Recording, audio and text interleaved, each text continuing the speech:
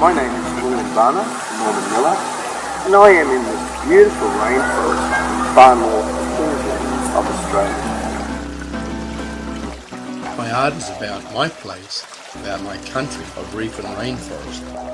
I paint from who I am, and I paint from the rich, natural and cultural landscape that I am a part of, which inspires me. I invite you to share in the tracks I've made in my life through my art and my stories that you will see and read about in this book.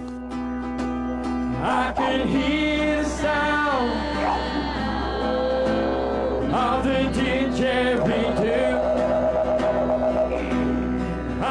I am both pleased and proud to be presenting my art and telling my stories about my art to you in this book on reef and rainforest.